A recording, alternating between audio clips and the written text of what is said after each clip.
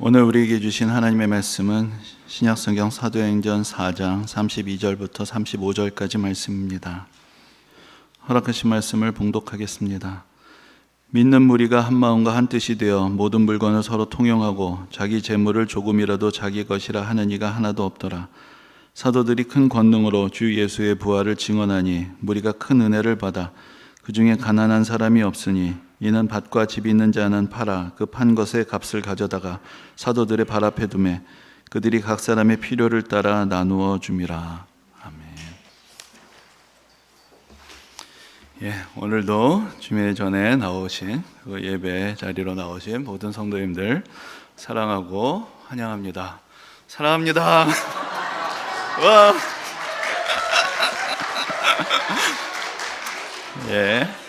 혹시 약간 당황하셨는지 모르겠는데 갑자기 뜬금없이 이렇게 한 것은 어제 그 교사 교육을 했는데 그 오셨던 강사 목사님이 교회가 환대하는 공동체가 돼야 된다. 그래서 주일학교 선생님들에게도 아이들을 사랑합니다. 와, 이거 사실 와도 해야 되는데 와를 못.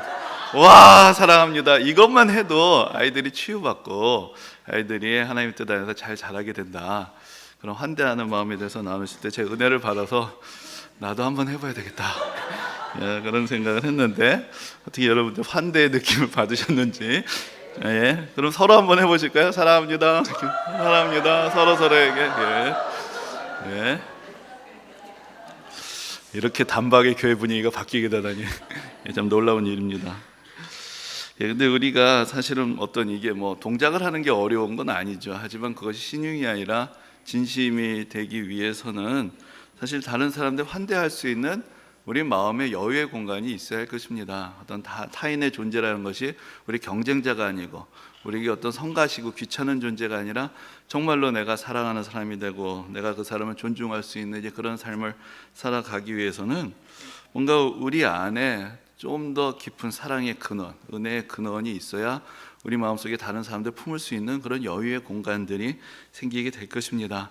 우리가 지난 주일에 부활절을 경축을 했는데 이제 부활절이야말로 참으로 하나님께서 우리에게 어떤 은혜를 주셨는지 또 우리에게 어떤 사랑의 이유가 있는지 이제 그것을 우리에게 깨닫게 해주는 그런 날이 될 것입니다. 근데 교회에 여러 절기들이 있는데 그 절기들은 어떤 준비의 기간을 갖고 그러면서 이제 그 절기를 맞이하고 그러면서 또 다음 절기로 넘어가게 됩니다. 우리가 예수님의 오심을 이렇게 맞이할 때 대림절이라는 4주간의 준비의 시간을 갖게 되고 예수님의 탄생에 대해서 여러 가지로 생각을 하고 기쁜 마음을 갖고 그리고 이제 성탄절을 맞이하게 됩니다. 또 우리가 예수님의 십자가의 고난에 대해서 생각할 때도 사순절이라는 또 40일간의 과정들을 통해서 예수님의 고난을 묵상하고 예수님께서 우리 위해서 십자가를 지시고 돌아가셨다는 것을 또 우리가 더욱더 깊이 좀 마음에 새기고자 합니다. 근데 이제 그렇게 고난에 집중을 하다가 그러다가 이제 부활절을 갑자기 맞이하게 되죠. 그러니까 사실 어떤 면에서 보면은 부활이라는 것은 이렇게 표현하는 것이 어쩔지 모르겠는데 고난 주간이 끝나기까지는 우리는 사실 아직 부활을 발설하면 안 됩니다. 그리고 고난에 집중을 하다가 갑자기 부활절을 맞이하게 되고 또 부활절이 지나면 다시 부활로부터 멀어지게 되는 그런 일이 벌어지지 않나라는 생각을 해봅니다. 그래서 이제 부활절에 있어서 중요한 것은 부활절 이후에 우리가 어떻게 해서 그 부활의 의미들을 새기는 시간들을 가질 수 있는가, 이것이 좀 더 중요할 것입니다. 그래서 이제 부활절 이후의 기간들을 부르는 교회력에 담겨 있는 특별한 전통이 있습니다. 그것은 이제 우리가 오늘도 주보에 보시면은 이제 매 주일을 교회력에서 정한 어떤 명칭들을 우리가 소개를 드리는데 오늘 교회력으로는 부활절 두 번째 주일이라고 부릅니다. 그러니까 부활절 이후의 첫 번째 주일이 아니고 부활절 두 번째 주일이라고 부르게 되는데 이것이 언제까지 가느냐? 성령 강림 주일까지 이어지게 됩니다. 그러니까 지난주는 부활절 첫 번째 주일이었고 오늘은 부활절 두 번째 주일이고 이것이 부활절 일곱 번째 주일까지 간 후에 그 다음에 이제 우리는 성령 강림 주일을 맞이하게 되는 것입니다. 그것은 이제 우리가 부활절을 한 번으로 끝내는 것이 아니라 그렇게 이어지는 일곱 번의 주일이 우리에게 모두 다 부활절이다. 그 부활의 의미들을 새기고 기억하는 날들이다라는 것을 우리에게 가르쳐 주는 것입니다. 그래서 우리 안에 어떤 의미가 부활을 통해서 우리 삶에 부어지는 것이고 우리에게 어떤 기쁨의 근원이 있는가, 이것을 조금 더 깊이 생각해 보게 하는 것입니다. 이런 전통의 기원은 예수님의 부활을 경험했던 그 당시의 과정 그 자체에 있습니다. 예수님께서 부활하신 후에 지상에서 40일을 계시면서 여러 번 제자들에게 나타나셨습니다. 먼저는 부활절 아침에 예수님을 만났던 그 여인들이 있었고, 그리고 제자들이 사실은 예수님의 부활하심을 알지 못하고 두려워하면서 지금 예수님을 잡아 죽인 그 사람들이 자기들도 어떻게 해를 끼칠까 두려워하면서 함께 모였을 때 그곳에 예수님께서 나타나십니다. 또 엠마오로 가던 두 제자들에게 예수님께서 나타나셨고, 또 예수님을 만났음에도 불구하고 그러나 예수님을 따를 만한 용기가 없어서 오히려 다시 자기들의 고향으로 고기 잡이하러 다시 돌아갔던 그 제자들에게 예수님께서 다시 나타나셨습니다. 그래서 예수님께서 승천하시기까지 제자들은 여러 번 예수님이 나타나시는 것을 경험을 하게 됩니다. 그러니까 부활은 어떤 단회적으로 그들에게 잠깐 예수님이 나타나셨던 그런 사건이 아니라 바로 여러 번의 나타나심을 통해서 그들이 보았던 것이 어떤 환상이나 어떤 착각이 아니라 바로 예수님께서 정말로 부활하셔서 우리 가운데 나타나셨구나, 그것을 이제 확신하게 되는 그런 과정들을 그들도 갖게 되었던 것입니다. 해마다 부활절을 맞이하게 될 때마다 제가 스스로 질문해 보는 것이 있습니다. 나는 부활을 믿는가? 나는 부활을 정말로 믿는가? 나는 부활을 얼마나 사실적으로 믿고 있는가? 그리고 부활을 믿는다는 것은 나의 삶에 어떤 의미가 있는가? 이런 질문들을 던져보곤 합니다. 근데 사실 여러분, 앞에서 다른 절기들 말씀도 드렸지만 우리가 성탄절을 맞이하면서 되게 예수님은 정말로 오셨는가? 이런 질문을 하게 되지는 않습니다. 온 세상이 다 떠들썩하니까 그 가운데서 당연히 예수님의 오심을 우리는 그냥 맞이하게 되는 것이죠. 또 우리가 사순절을 보내고 고난주간을 맞이하면서 예수님이 정말 우리를 위해서 고난을 당하셨는가? 거기에 대해서 별로 의문을 갖지 않습니다. 오히려 어떻게 하면 내가 그 고난의 의미를 더 새길 수 있을까? 그것이 우리에게 더 관심이 될 뿐입니다. 하지만 부활절을 맞이할 때마다는 늘 이런 질문들을 한번 던져보곤 합니다. 한 사람의 그리스도인으로서도 부활을 어떻게 생각을 하고 또 어떻게 받아들여야 할지 질문을 해보게 되는 것이고, 또한 특히나 설교자로서 부활을 선포하고 부활을 증언하고 부활을 설교하는 사람으로서 어떻게 제 스스로 얼마나 부활에 대해서 확신을 하고 전하는가 늘 거듭거듭 다시 한번 질문을 해보게 됩니다. 근데 사실 여러분, 예수님의 부활을 믿는 것은 생각보다 그렇게 어렵지 않습니다. 물론 믿지 않는 사람들도 많이 있고 부정하는 사람도 많이 있지만, 그러나 우리가 성경을 진지하게 읽어가다 보면 이 네 권의 복음서 모두가 한결같이 증언하고 있고, 그 증언에 나오는 여러 방식들도 사실은 어떤 자기들이 믿는 이야기들을 사람들이 믿도록 지어낸 이야기가 아니라 그들 자신도 황당해하고 당황했던 사람들의 면모가 그대로 드러나고 있기 때문에 이것은 어떤 목격담을 모은 것이구나 라고 우리가 쉽게 받아들일 수 있는 그런 증언들을 우리는 성경 가운데서 발견을 하게 됩니다. 그래서 이 세상에 일어났던 단 한 번의 특별한 사건으로서 부활을 믿는 것은 그냥 우리가 진지하게 성경을 읽어가다 보면은 그럴 수 있겠구나 라는 것을 생각하는 것이 그렇게 어렵지 않습니다.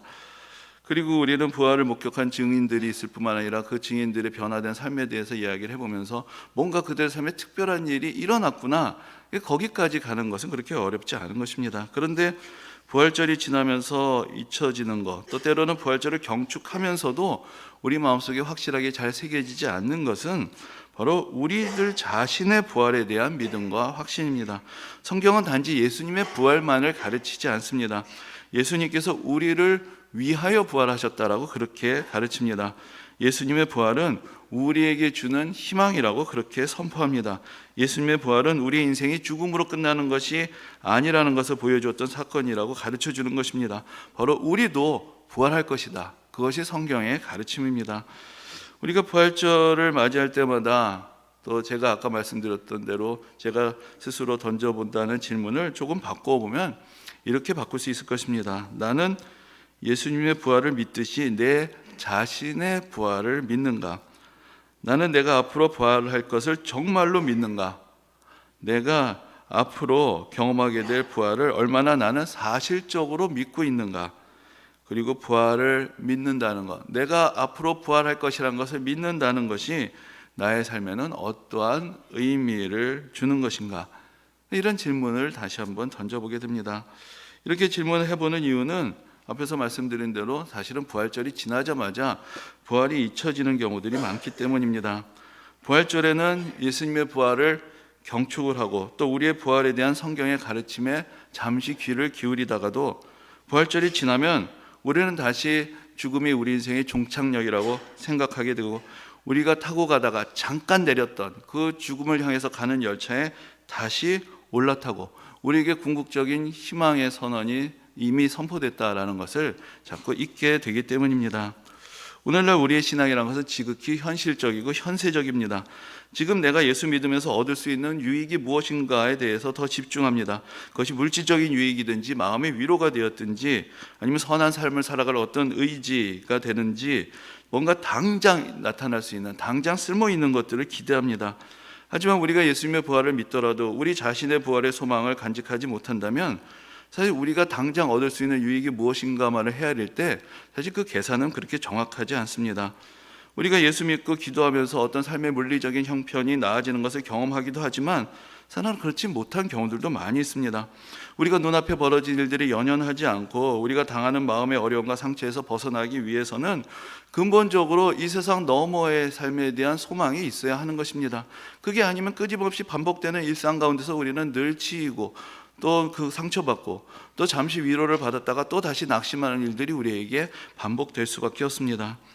근데 우리가 복음서의 그 뒷부분과 그 사도행전의 앞부분을 쭉 읽어보다 보면은 예수님의 부활이 사람들을 어떻게 변화시켜 갔는가라는 것을 볼 수가 있습니다. 거기엔 하나의 과정이 있습니다.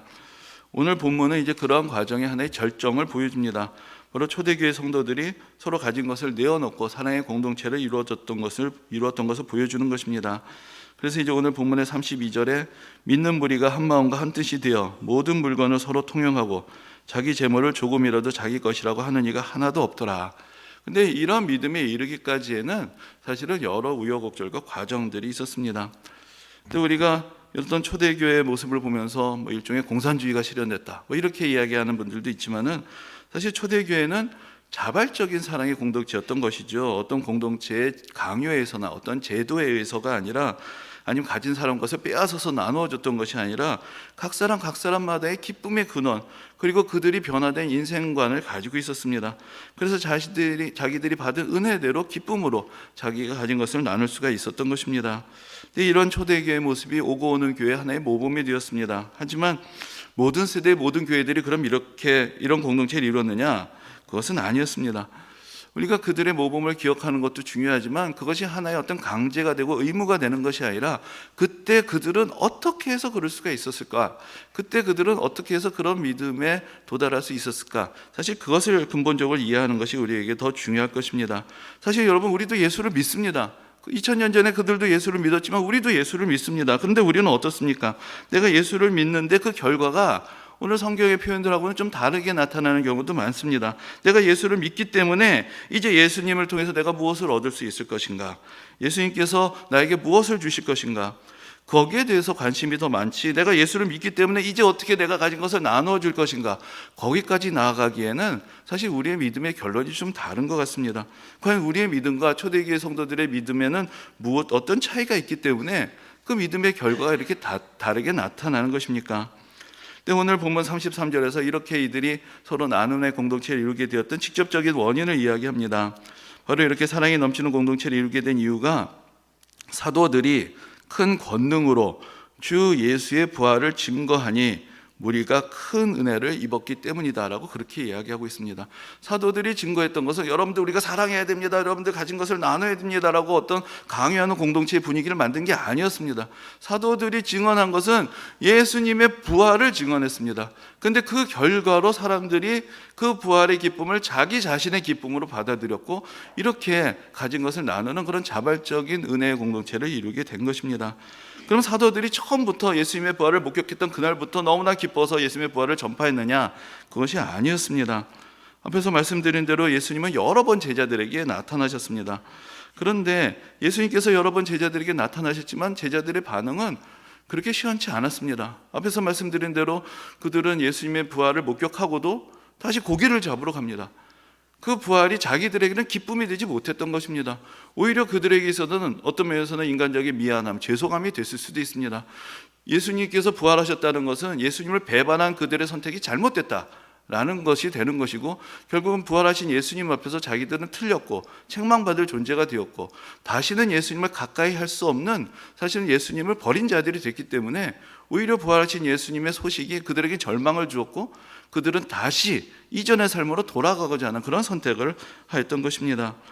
그런데 예수님께서 그들에게 거듭거듭 나타나시면서 그들은 점점 새로운 것을 깨닫게 됩니다. 먼저는 그들이 일시적으로 뭔가 잘못 본 거나 착각한 것이 아니었다라는 것을 알게 됩니다. 그리고 부활하신 예수님은 나의 부활을 믿지 않았던 그 예수님의 제자들에서 실망하시는 것이 아니라, 그 부활하신 예수님이 여전히 그들을 사랑하시고 그들과 함께하기를 원하시고, 그들을 통해서 예수님께서 하시는 일들을 같이 나누기를 원하신다는 것을 그들이 조금씩 깨닫게 되었던 것입니다. 그러나 정말로 부활이 그들에게 각인이 되고, 더 나아가서 그들의 삶에 의미를 주고 변화를 주기까지는 더 결정적인 것이 필요했습니다.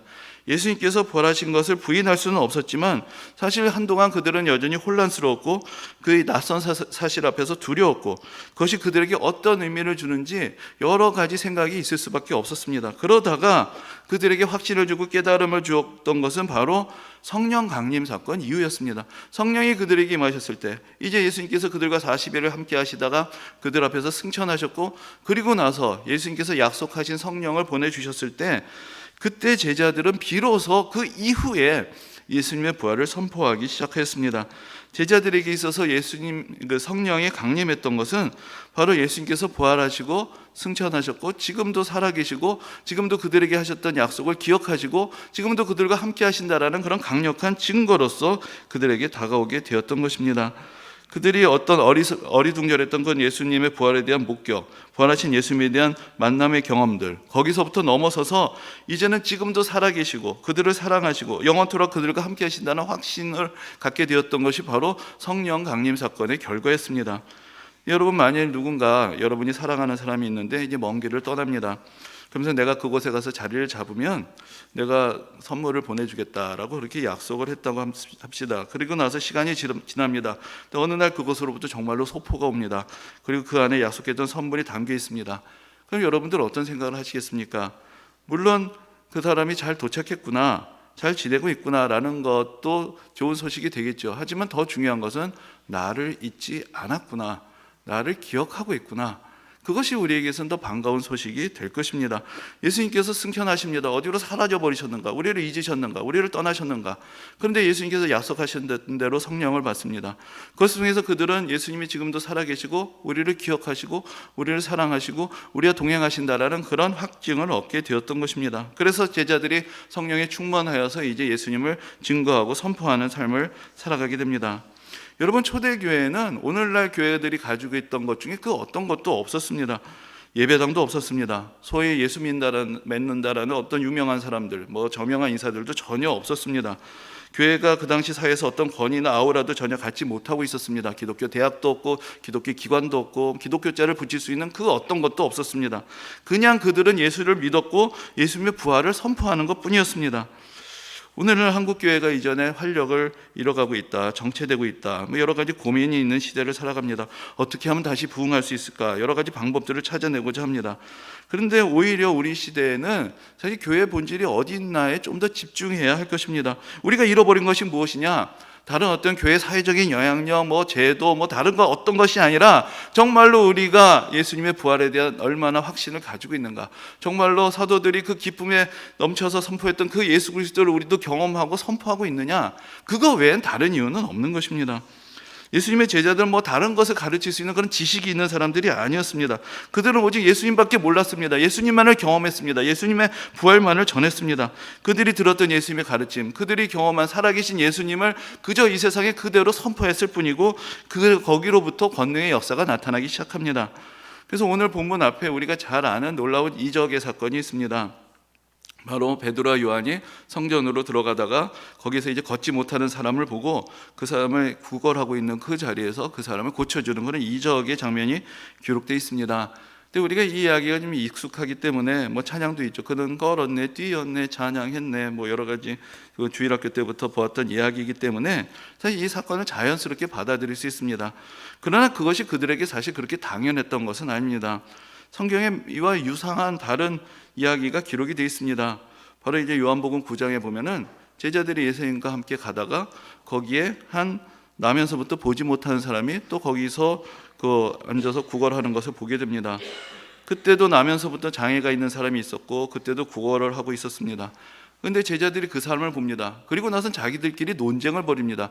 이 사람이 눈이 먼 것이 자기의 때문이냐 부모의 때문이냐, 자기 탓이냐 남의 탓이냐, 이것을 가지고 서로 토론을 하기 시작합니다.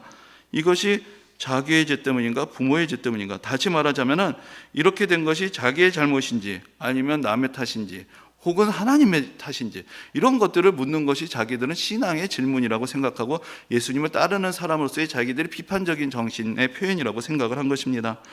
사실 요즘 우리가 그렇게 구걸하는 분들을 자주 보지는 않지만 요즘도 노숙하는 분들이 있고 종종 교회를 찾아와서 도움을 구하는 분들이 있습니다. 우리가 그런 분들을 볼 때 어떤 생각이 드는가? 이 사람이 이렇게 된 것이 그가 게으르고 문제가 있기 때문이라고 생각할 수도 있고, 아니면 이 사회가 잘못되었기 때문이다라고 생각을 할 수도 있습니다.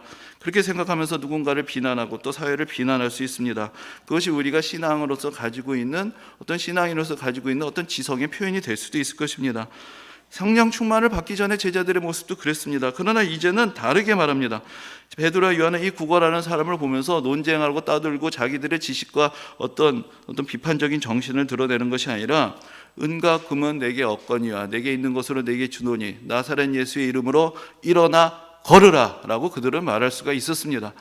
그들이 예수 그리스도와 함께 하심을 깨닫게 되었을 때 이전에 예수님께서 행하셨던 능력이 이제 그들과 함께 하신 예수님을 통해서 나타나신다라는 그런 확신 속에서 예수님이 우리와 함께 계시기 때문에 이제 예수님의 이름으로 이 사람이 일어날 것이다, 그것을 담대하게 선포할 수가 있었던 것입니다.